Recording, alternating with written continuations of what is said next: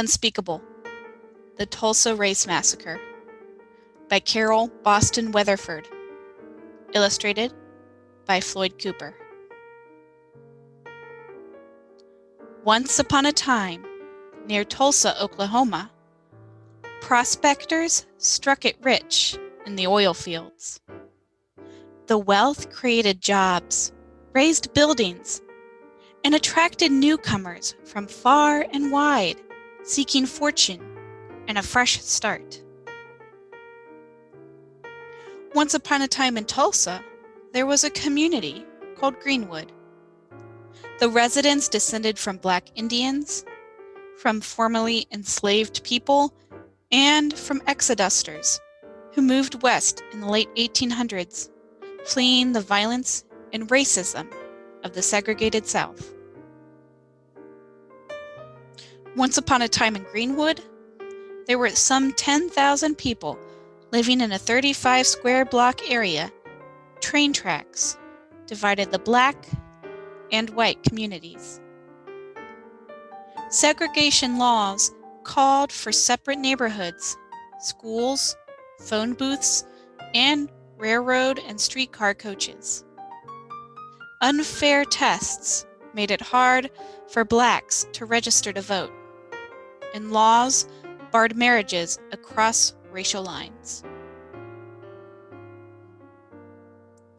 So many Black businesses cropped up along a 1-mile stretch of Greenwood Avenue that educator and business leader Booker T. Washington called the area the Negro Wall Street of America.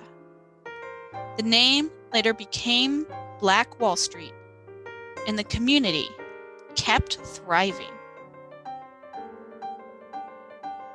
Once upon a time on Black Wall Street, there were dozens of restaurants and grocery stores. There were furriers, a pool hall, a bus system, and an auto shop. Nearly 200 businesses in all. There were also several libraries, a hospital, a post office, and a separate school system, where some say Black children got a better education than whites. There were 2 Black-owned newspapers, the Tulsa Star and Oklahoma Sun, and over 20 churches, and 15 Black doctors, including Dr. A.C. Jackson, the most able Black surgeon in the nation. On Detroit Avenue stood grand homes of doctors, lawyers, and prominent businessmen. Once upon a time in Greenwood, there were barber shops and beauty salons. Miss Mabel's Little Rose Beauty Salon boomed on Thursdays when maids who worked for white families got coiffed on their day off and strutted in style up and down Greenwood Avenue. The soda fountain at Williams' Confectionery was the backdrop for scores of marriage proposals. And there was a luxurious Stratford Hotel, then the largest Black-owned hotel in the nation.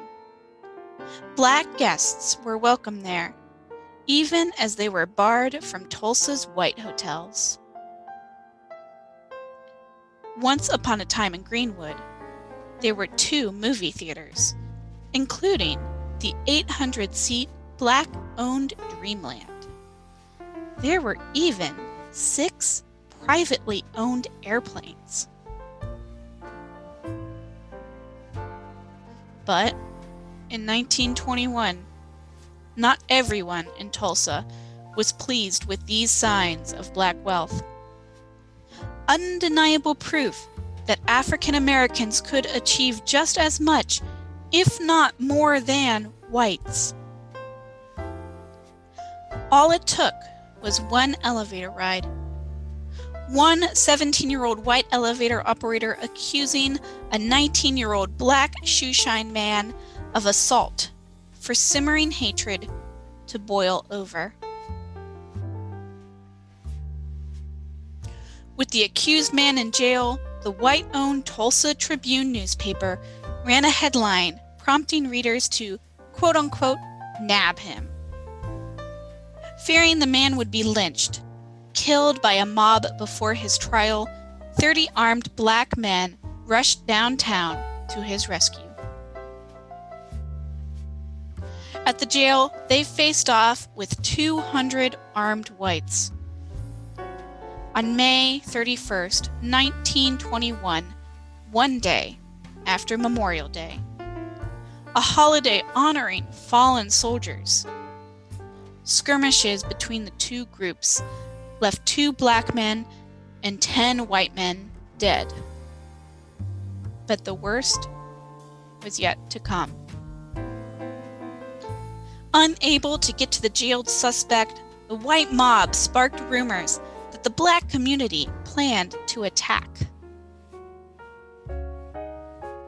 Unchecked and, in some cases, deputized by the police, the white mob stormed into Greenwood, looting and burning homes and businesses that blacks had saved and sacrificed to build.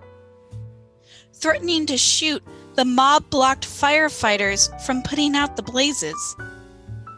African American World War I veterans took up arms to defend their families and property, but they were outnumbered and outgunned. Families fled with only what they could carry.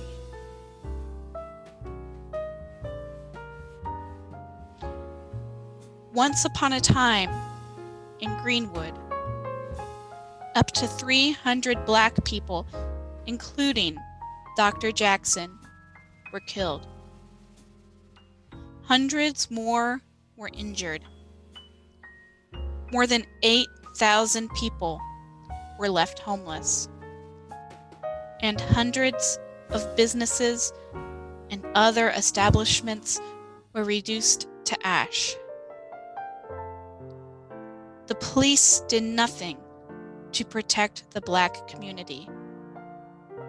When the National Guard arrived the next day, all that was left to do was put out fires and move thousands of black residents into camps outside of Tulsa. As their community lay in ruins, black residents had to carry passes to enter the city. In the days and weeks that followed, some black Tulsans left and never returned. Others stayed and rebuilt the Greenwood community, only to witness its decline in the 1960s.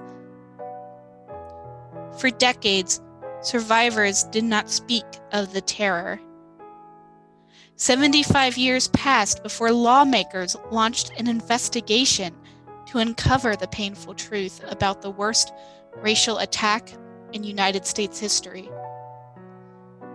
Police and city officials had plotted with the white mob to destroy the nation's wealthiest black community. Today, Tulsa's Reconciliation Park remembers victims of the 1921 massacre and recalls the role of African Americans in Oklahoma history.